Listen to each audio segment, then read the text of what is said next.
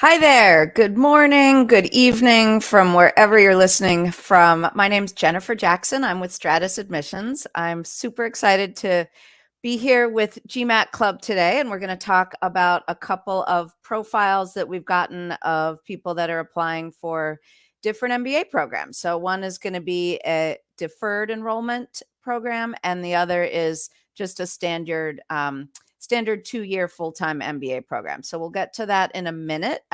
First, I'll do a fast background on me and really quick on Stratus. So again, Jennifer Jackson, I've been at Stratus about 6 years, and I have experience in public relations and in human resources consulting. And between those two, I got an MBA from Harvard and had a wonderful experience there and actually used it to pivot into consulting, having been a journalism major and a public relations agency executive. So with that, I would say the only thing I really like to point out is how my career has inadvertently come full circle with the notion of branding. So I worked in PR and I worked with clients on their external brands. Then I went into HR consulting and worked with our clients on their internal or employer brands. And now at Stratus, I get to work with folks on their personal brands, because that's essentially what we're doing when we put applications together. We're helping candidates to package their unique experiences, background, everything they've done, and kind of figuring out how to put the most interesting parts together in a story. And it's really their brand that we're helping to kind of pull forward in their applications. So I've been at Stratus 6 years this summer. I absolutely love what I do. And Stratus is a company that's in the admissions consulting space, and we've been there for more than 15 years. So we've worked with thousands of applicants to help them get accepted to their dream MBA programs, whatever that is, 1 year, 2 years, part-time, deferred enrollment, or whatever. So I'm excited to be here. And with that, I think we will just dive in here to their profiles. So the first applicant, I think maybe I just let you introduce yourself, Abhi, right? Yeah, hi. My name's Abhi. I'm a grad student right now. I'm getting my master's in philosophy, and I'm joining in from Vancouver, Canada. Okay. All right. So you can all see on the slide here some of the relevant stats that he's provided, some of the things that he's done, a little bit about his post-MBA goals, and then also where he's looking to apply for deferred enrollment. And probably most of you know, but maybe not everybody. So I'll just quickly say what deferred enrollment is. So this was started, I believe, by Harvard's 2+2 program, potentially Stanford, but I think Harvard, many years ago, to try to find candidates that might not find them later. So not the consultants and the bankers so much as maybe the entrepreneurs or the STEM folks or the nonprofit folks that might not think they need an MBA later. And so this is a program that has now been expanded so far beyond Harvard and Stanford to, I mean, there are at least 15 top schools that are doing this. And the idea is when you're a senior in college or you're in a master's program that you went to straight after college, you can apply to these programs deferred enrollment. So you would get in, I believe, June this year is when they tell you. You apply in April, you find out in June. And in your case, you're going to be applying next year, but it's the same idea. You find out in June, but you don't have to go for 2, 3, 4, maybe even 5 years, depending on the school. So you're able to lock in admission to one of these top programs and not really enroll in it until later, and you just sort of pay deposits along the way. So it's a great way for younger candidates to kind of have almost kind of a risk-free way of applying for MBA programs while still in your academic studies. You're still sort of in test mode, and there are just a lot of pluses to it, and there are very few minuses. So they're very competitive. If people don't get in, they can just reapply. I'm working with someone right now who got an interview with Harvard a few years ago when she applied and came so close, got into Columbia deferred enrollment, but really wants to go to Harvard. So we're going to work together to hopefully get her over the finish line for Harvard. And now she's got 3 or 4 years of work experience. So there's very little to lose for those of you who are young enough to still be eligible to apply for that. So we've got the background here, and I have a little bit of additional background that I've looked at ahead of time. And I'll just sort of give my overall assessment, and then I'm going to take some questions from the candidate, and then at some point we're going to open up to questions from whoever's listening. So what really stood out to me are a few things here about your profile. So obviously you have a strong GMAT at 740, a good GPA. You have fantastic leadership in college that you've shown. And then being in a master's in philosophy is super interesting. So it's not as much of a standard kind of maybe data analytics masters or something, or finance masters. It's something really, really different that I think would add to a lot of these classrooms. And I think the schools would find them pretty interesting. Having nonprofit aspirations, which it looks like you don't say much about it, but you say you want to start your own nonprofit. That's all really good, kind of good background, and makes you look rather different. What I'll say you have to do is be very explicit about what you plan to gain out of your, I think you have an internship coming up in the public policy space, right? That's right. Yes. I'll be starting next month at the Fraser Institute. Yeah. And again, that's really different from what they're normally going to see. So you'll need to be very explicit in your essays.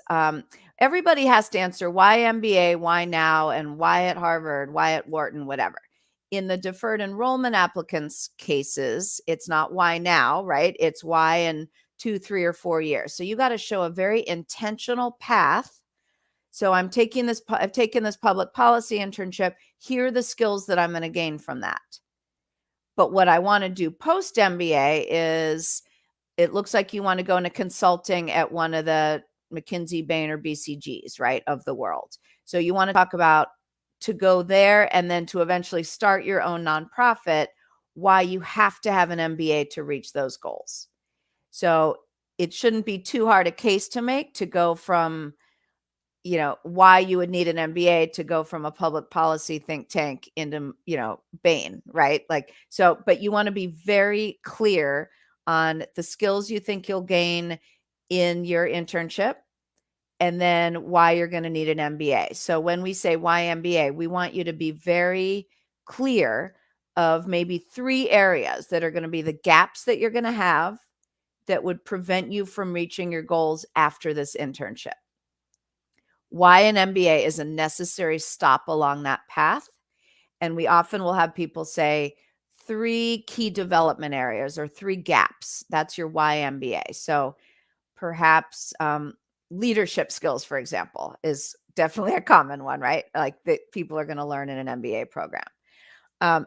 So those are a lot of positives that I see from your background here. Lots of fantastic leadership, because these programs are going to have less to look at you on than they would if you've got your 3 to 5 years of work experience, right? Or 4 to 6 years of work experience. So that's why what you've done in college is even more important.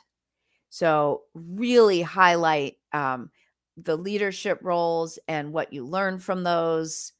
how you might have interacted with others on those roles, what you learned about yourself, what you learned about others. Because, of course, for Harvard in particular, one of their kind of key things they're looking for is leadership, aptitude, and appetite.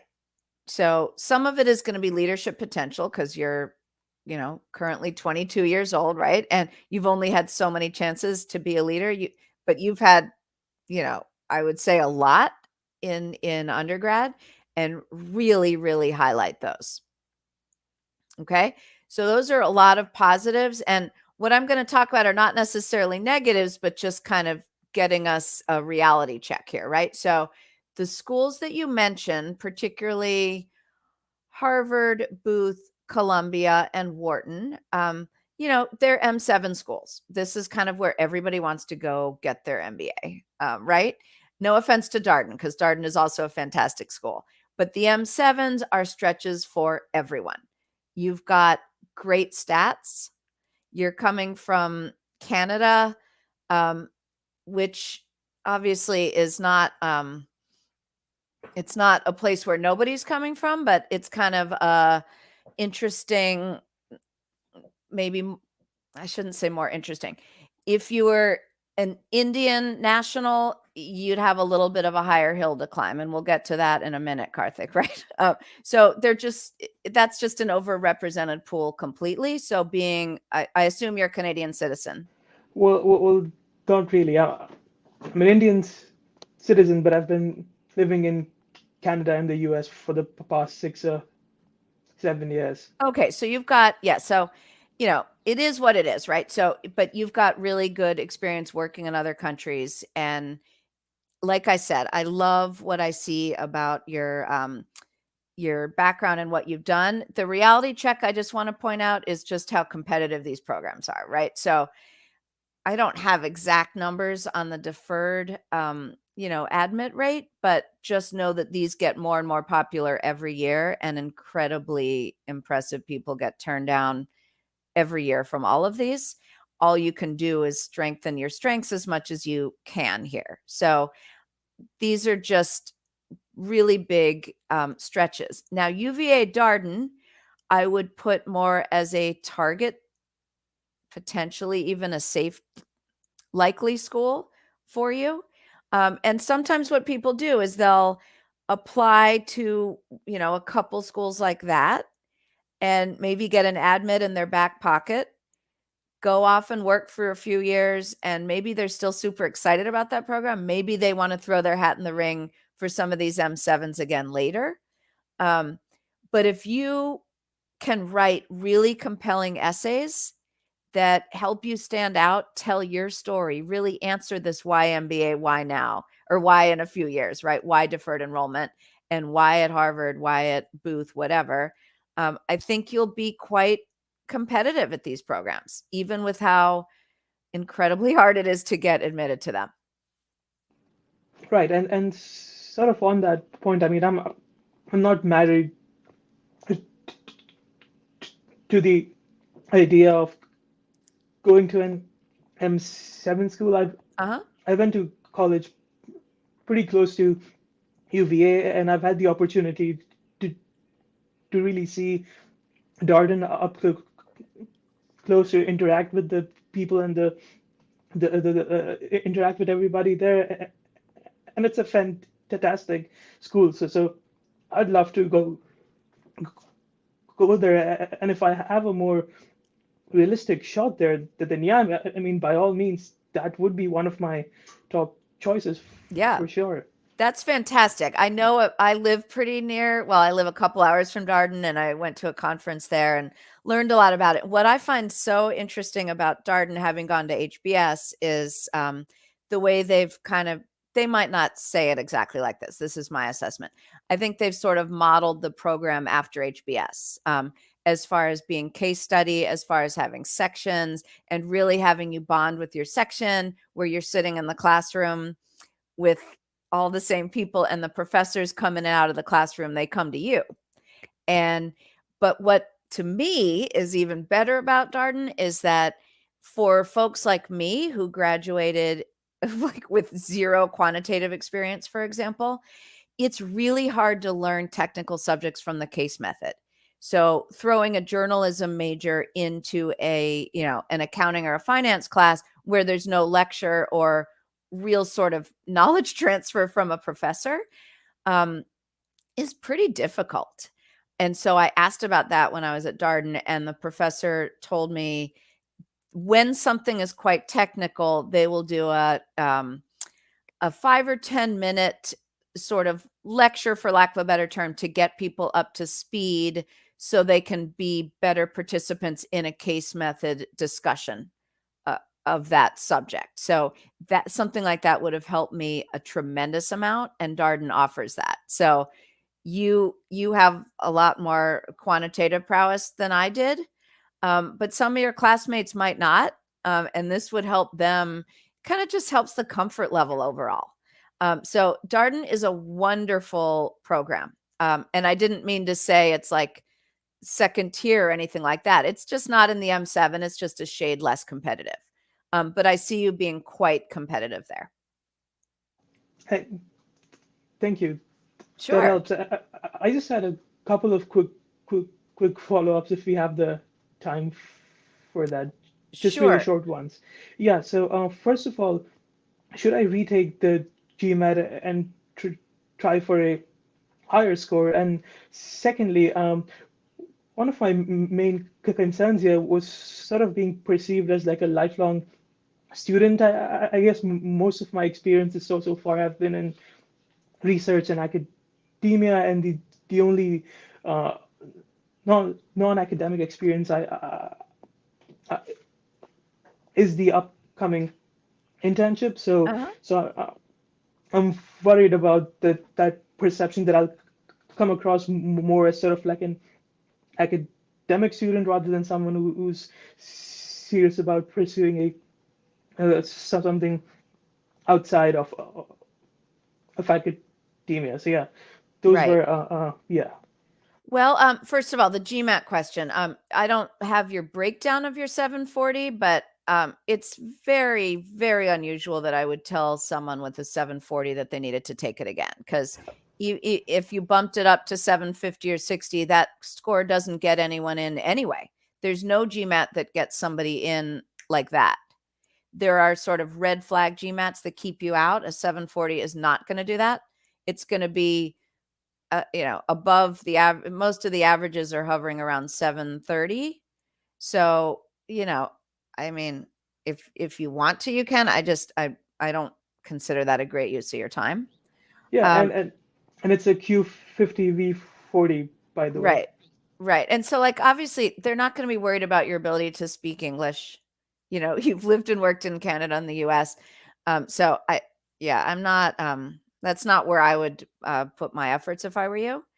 And then on the other piece, this is something that you can talk about in your essays too. And it might be that you do this internship for a couple of years after your master's, and then maybe do something else before the MBA to get some more business experience before you dive in. But I'll tell you, I've worked with a number of people coming only from nonprofits, coming from government where they haven't really had any for-profit experience before the MBA. And that's not necessarily a bad thing if you kind of can answer this why MBA, why now, why at whatever school, and really tell your story. So I don't know how long you're planning to be at the internship, but it might be something that you do, and then maybe you stay out, wait for your MBA for 4 years perhaps, and you do something else after the internship, but before the MBA. That would be an option. That makes sense. Thank you. Okay, we probably want to move on then to our second candidate here. So thanks for joining us. It was fun to talk to you, and I wish you lots of luck. Okay, so our second applicant is somebody who's got experience in social impact and finance. And as you can see from this from the slide here with a little bit of his background. We're looking at, you don't have a GMAT yet, but you're targeting a 750, and we'll talk about that in a minute here. You built your own startup in the edtech space, which I find super interesting. Maybe I'll just kind of hand it over to you really quickly to do a quick background, and then I'll give kind of my overall assessment. Thank you for having me, Ms. Jackson, and I really appreciate Stratus Admissions for doing this. It means a lot to candidates like us. Um, to just introduce myself, I am a banker from India, working in one of the largest banks in the country, having experience of approximately 8 years now. Have had more than 7-8 roles, but the ones that I have mentioned are primarily the leadership roles for the last 5 to 6 years. Had more than 4 promotions in the last 6 years as a banker at various levels. Led multiple teams in implementation of various projects. Before joining the bank, I have started an edtech space in India, which was for a brief stint of 10 months. I was way too young. I mean, 19 odd years, when did not have a real pragmatic understanding of how to run a business. Started it with a couple of friends, established it, and then could not really raise funds, and then had to wind it up and then move on with life. Had fantastic learnings, and then I think I have implemented them in my career as a banker, which enabled me to elevate quite fast. And I am right now in an investment banking of the bank, doing as a dealer. And yeah, that's all about me. Thank you. Okay, so we'll talk a little bit more about some aspects of your profile that I think look really very strong. And I should say to anyone listening, both of these candidates wanted me to be completely brutally honest, not sugarcoat anything. And I'm absolutely doing that. They just happen to be very strong candidates. And I got a number of profiles before we started here, and these were some of the strongest that I picked. So, but I will give my best assessment on what they could be working on or concentrating on. I'm sure this will help other candidates watching this as well, Ms. Jackson. I assure you that. I hope so. Okay, good. So, so like he said, he's got 4 promotions in 6 years, great leadership experience in this finance role, not to mention having done your own startup. And even though the startup didn't take off and succeed, it's a fantastic learning experience, like you were alluding to. So what you're going to want to do in your applications is, especially because I don't know a lot about your goals in the future, but if they do involve entrepreneurship in the longer term, you really want to highlight what these learnings were and really reflect on, here's what I did. It didn't work out, but what I've learned about myself is this, or what I learned about other people is that, or what I learned about the ed tech space is this, and this informed my future career goals in this or that way. So schools don't want to see all these people that have never done anything wrong. They really want you to they want to see humility too. So talk about what you did wrong in that startup. I mean, you were like 22 or like 23? So I was 19 back then. Oh, Sorry 19. to cut you, Okay. but yeah. Okay, so you're 19. Like, it's amazing that you tried that, and talk about what didn't work and why you think that is, and why an MBA is the next step to give you best practices on the things that you didn't do perfectly, right? So really focus on the growth that you got from that and reflect on those learnings in your essays. So I would say to everyone, imagine that your resume has a collection of what's on it. I did this, I did that, it resulted in this, resulted in that. These are all kind of what's. Your essays and your recommendations can share the hows and the whys behind those what's. That's what admissions finds really interesting too. It's not just what you did, but how you did it, what you learned from it, what you might do differently next time. And I would say, like, for these leadership roles you've had in your work experience, if you've been leading teams, there must be a lot of learnings on the soft skills side, on the people side. What did you learn about leading different types of people with different work styles, different personalities? What did you learn about yourself from that, about you as a leader, about collaborating with others? So lots of people are applying to business school not having robust leadership experience yet.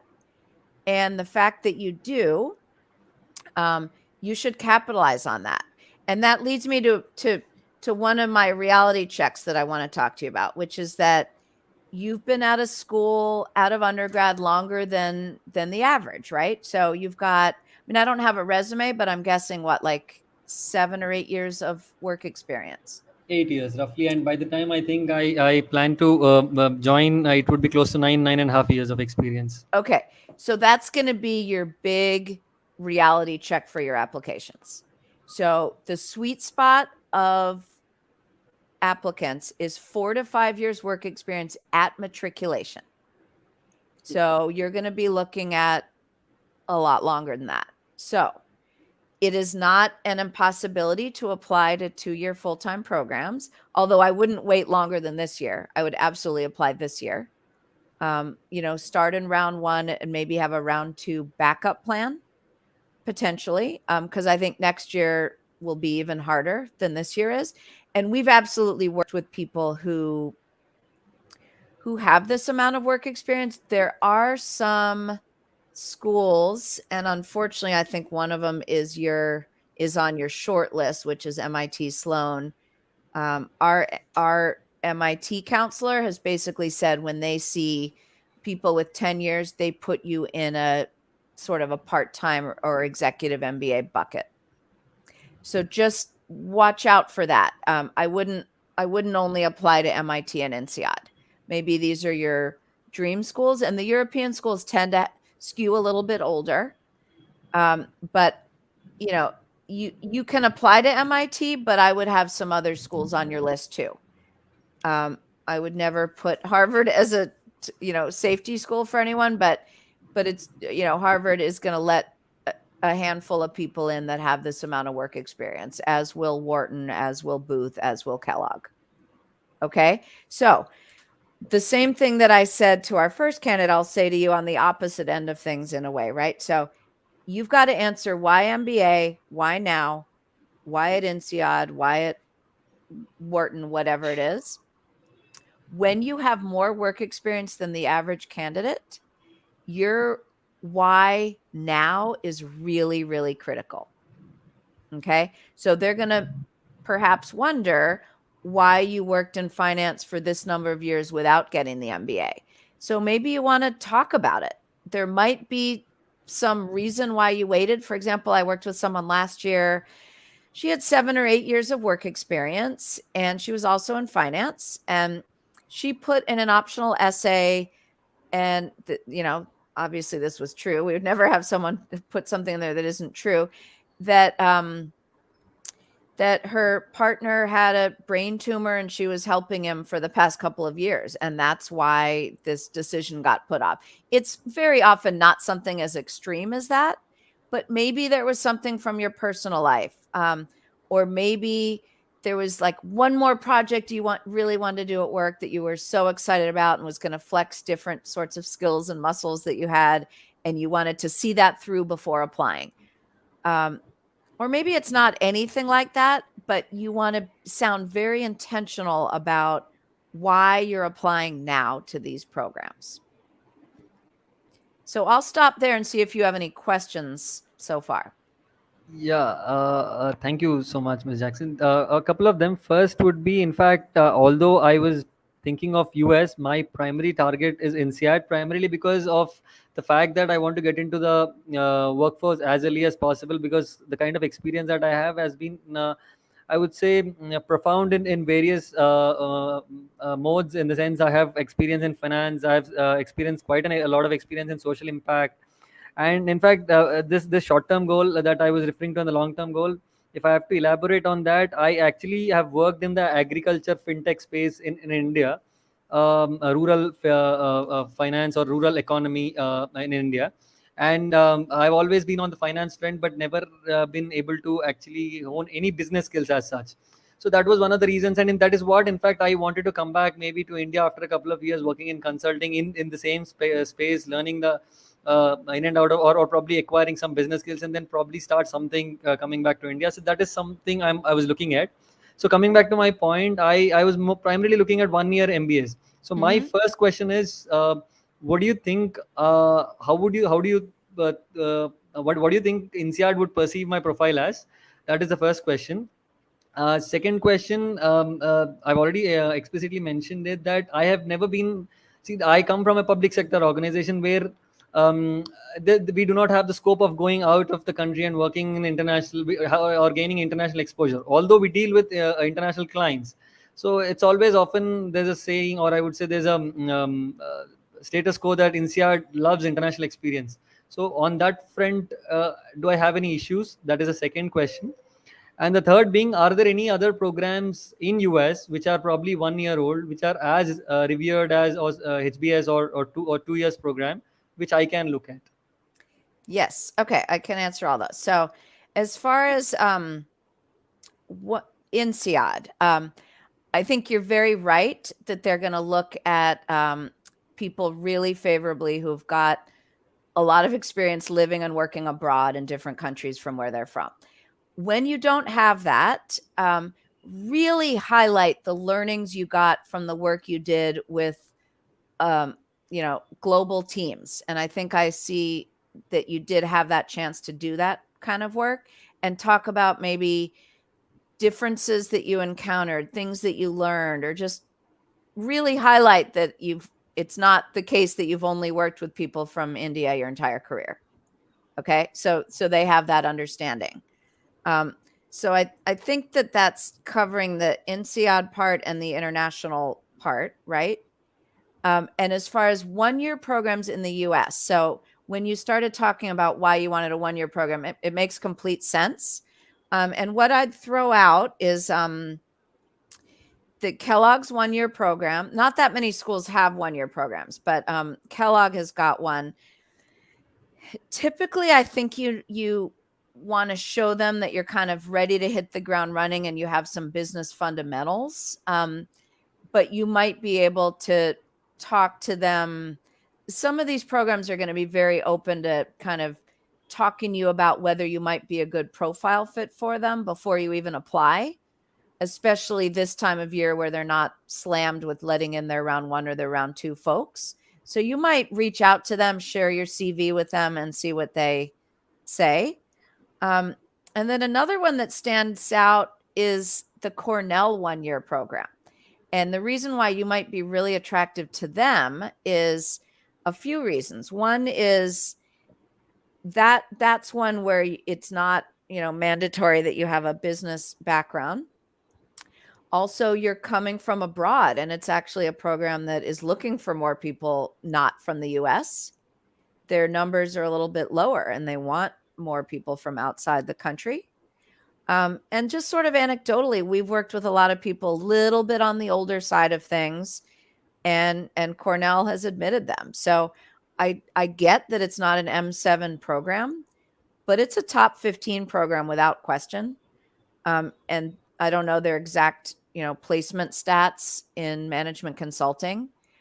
You could certainly look that up, but it might be something you want to think about and look at. It's a very highly regarded school in the US. Okay, just one follow-up question. What do you think is the biggest drawback in my other than the work experience? Because if I can justify that, primarily as you were mentioning, why did you delay it? Probably because I was being elevated very often and getting fantastic opportunities in various spectrums, and I was able to create an impact. Maybe that is not maybe, in fact, that was the primary reason which always I would say pushed me to I would say defer the MBA plan. But now that I've been in, I'm moving towards finance roles. I just wanted to maybe diversify that. That is why I was also looking at MBA. But again, coming back to my INSEAD part, there are two intakes: the September intake, which is a 10-month intake, and the January intake, which is a 12-month intake. So normally it's always it's an unsaid thing that the September intake is comparatively easy because of not having an internship. So what do you suggest? I mean, should I apply for the September intake or the January intake? Well, I have firsthand experience at this because when I got into HBS, I got into what they called their January cohort, which they no longer have, but it went on for maybe 10 years or something like that. So I didn't have the opportunity at an internship. It was a January intake. We went through the summer and then we graduated all together and took second year with our peers. And I was coming, as I've said, from journalism and PR, which is not what I wanted to do. So I was making a complete career pivot and did not have the chance at an internship, which was not ideal. But it turns out when you go to a top school, and you hustle and you build relationships with potential industry leaders that you might want to, focus on those companies. You really hone in on career resources, career services resources at your school. When you get there, you're going to get a job even without an internship. So from an admission standpoint, I think to give yourself the best chance, you might take the September as a possibility. And then maybe you'll have a choice between that and a program in the US to consider. So I would always say there's sort of an ideal world, and then there's what you can work with that would still be 80 or 90% as good. And I don't think it should be a deal breaker not to have an internship. That's my personal opinion, because I know it for myself to be the case. Other people might tell you other things. So just kind of, talk to plenty of people about all this. But my gut feeling would be to go for what you think might be the easier admit. From the admission standpoint, yeah. Yeah. Thank you, Ms. Jackson. Thank you so much. You're very welcome. So I think now maybe we turn it over to any other questions that we have. Okay, let's see. I'm not seeing, oh wait, no, I'm not seeing any questions from anybody. Abhijit, am I missing something?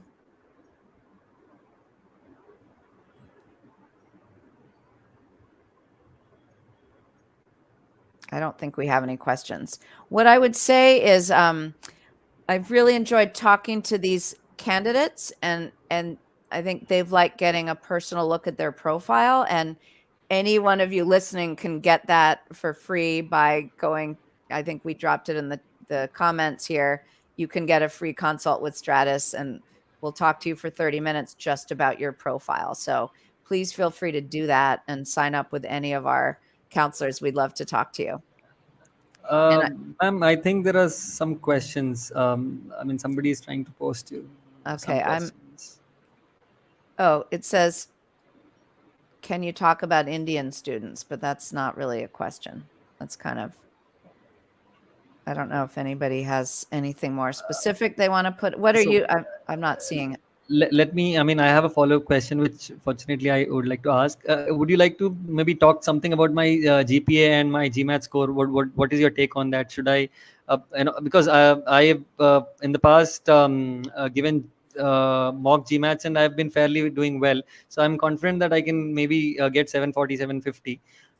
So you have anything to comment on my GPA and the GMAT? Yes, you'll have to remind me of the, oh no, the GPA is right here. Yeah, I mean, I have some idea of the kind of the translation of Indian GPAs like to the US ones. I think this is competitive from what I've seen with my own clients. So I wouldn't, it's also sort of in the is what it is category, your GPA. Like, this is not something you can move the needle on right now. I don't know if other people think differently, but that's sort of what I'd say about the GPA, that doesn't keep you from being competitive. I'm glad you brought up the GMAT though, because all I wanted to say about that, it's great to target 750, of course. Whether you get exactly that or not, it remains to be seen. But I might suggest potentially not waiting till July to take your first one, just because if you're aiming for round one and some of these are going to be due in early September, maybe, you might want to give yourself time to take it again. And you're also busy on a lot of essay writing and that kind of thing. I imagine you'll apply to more than just 2 schools. Most people apply to 4, 5, 6 schools. It's a lot of work, and of course you can work on it in parallel with your GMAT studying, but it probably doesn't take 3 months to get your score from now. I'm just guessing. You could probably target an earlier date. That was kind of a backup. I would say that's the max I would stretch it. So I thought maybe I'll specify it that way. But in fact, I'm planning it maybe to take it in the end of May and not delay it any further. Yeah. Okay, I do have a question here that I can read. What are the chances? I have 15 plus years of experience in mechanical engineering design. Chances of getting into HEC and INSEAD. I also have a master's in mechanical engineering with a 3.4 GPA. Okay, 15 years of experience. I would put you in the executive MBA bucket, not in the 2-year full-time bucket. Like it's a question whether you'd even want to be around a lot of 25-year-olds. You're just in a completely different level of your career. And I know it's sometimes difficult from a visa standpoint and a personal life standpoint and still working, because you got to still work while you're getting these part-time MBAs as well. But it would be a really high hill to climb to get into a 2-year program with that much experience. I just haven't seen it. I'm sure that there are a few exceptions, but you'd have to be so incredibly extraordinary that it would just be, the odds would just be extremely low. But what about IMD Switzerland in that case? I mean, IMD Switzerland takes a lot of individuals with that sort of experience. So you have anything to say on that? I haven't had a lot of clients apply there. I know some other folks at Stratus has. So this is where I would definitely take advantage of reaching out to some of these admissions programs, especially this time of year. Share your CV with them and, ask them if you'd be, you have a profile of what they're looking for. The basic, the top US programs, that's going to be, kind of too much experience. True. Okay. Let's see. Some of the best part-time MBAs. Yeah. So in the US, at least, the Chicago Booth part-time MBA is really well regarded, fantastic program. The Kellogg MBA as well. The Wharton part-time MBA, the MIT MIT Sloan MBA as well. Those are kind of like top ones. Also Columbia, that are standing out for part-time. Let's see. I've completed my bachelor's in engineering last year after a 5-year gap. I worked in support software and blockchain for 6 years, all startup, excelled at sales. I don't really know what you mean by 5-year gap. So you graduated from college and then did something else for 5 years and then went and got I guess if you completed your bachelor's last year, we're looking for a number of years of full-time work experience. So I hope you don't mean you had a gap where you didn't do anything at all. So I'm not exactly sure on that. But the sweet spot, like I said, is 4 to 5 years work experience after undergrad. So when you matriculate, the vast majority of people, the majority of people have like around 4 to 5 years. There will be some people with less, there will be some people with more. But that's kind of what they're shooting for. Do you offer masters in computer science apart from business? I think what you mean is, do we work with people looking for other master's programs at Stratus? And the answer is yes. That's not me. I work on the MBA applicants. not other masters, but we do have people at Stratus. So you could sign up for a consult for that. So yeah, I think we're going to wrap it up unless some other questions. Oh, will a high GMAT still be needed for my profile? This was, oh, that's a good point. We're talking about part-time programs. I didn't have a chance to mention. If you're on the older side with more work experience and you're interested in part-time programs, one of the great benefits of those is you usually don't have to take the GMAT or GRE at all. You can take something, well, sometimes the test gets completely waived, but often you can take something called the executive assessment, which all of our clients report is much easier, takes much less prep time, and it's just a less onerous exam to involve yourself with. So if you might look at the executive or part-time, MBAs, look at a test called the executive assessment. Make sure that the schools you're interested in accept it. It might not be the case abroad. I know it is for the US programs. In fact, there even are some full-time US programs that are accepting the EA. Columbia is one of them. And it might become what the GRE was 10 years ago, where schools will accept that very commonly in the future. So right now, you mainly have to take the GMAT or GRE for the programs, but for the full-time programs. But for the part-time ones, the executive assessment is a good option. So I think we will break there then. I've answered most of these questions. I hope that was helpful. I really enjoyed talking to our two candidates here and then answering some questions. And if I didn't get a chance and you want to sign up for a consult with Stratus, we'd be happy to talk to you. So thank you so much. Have a great day, great evening, great night, whatever.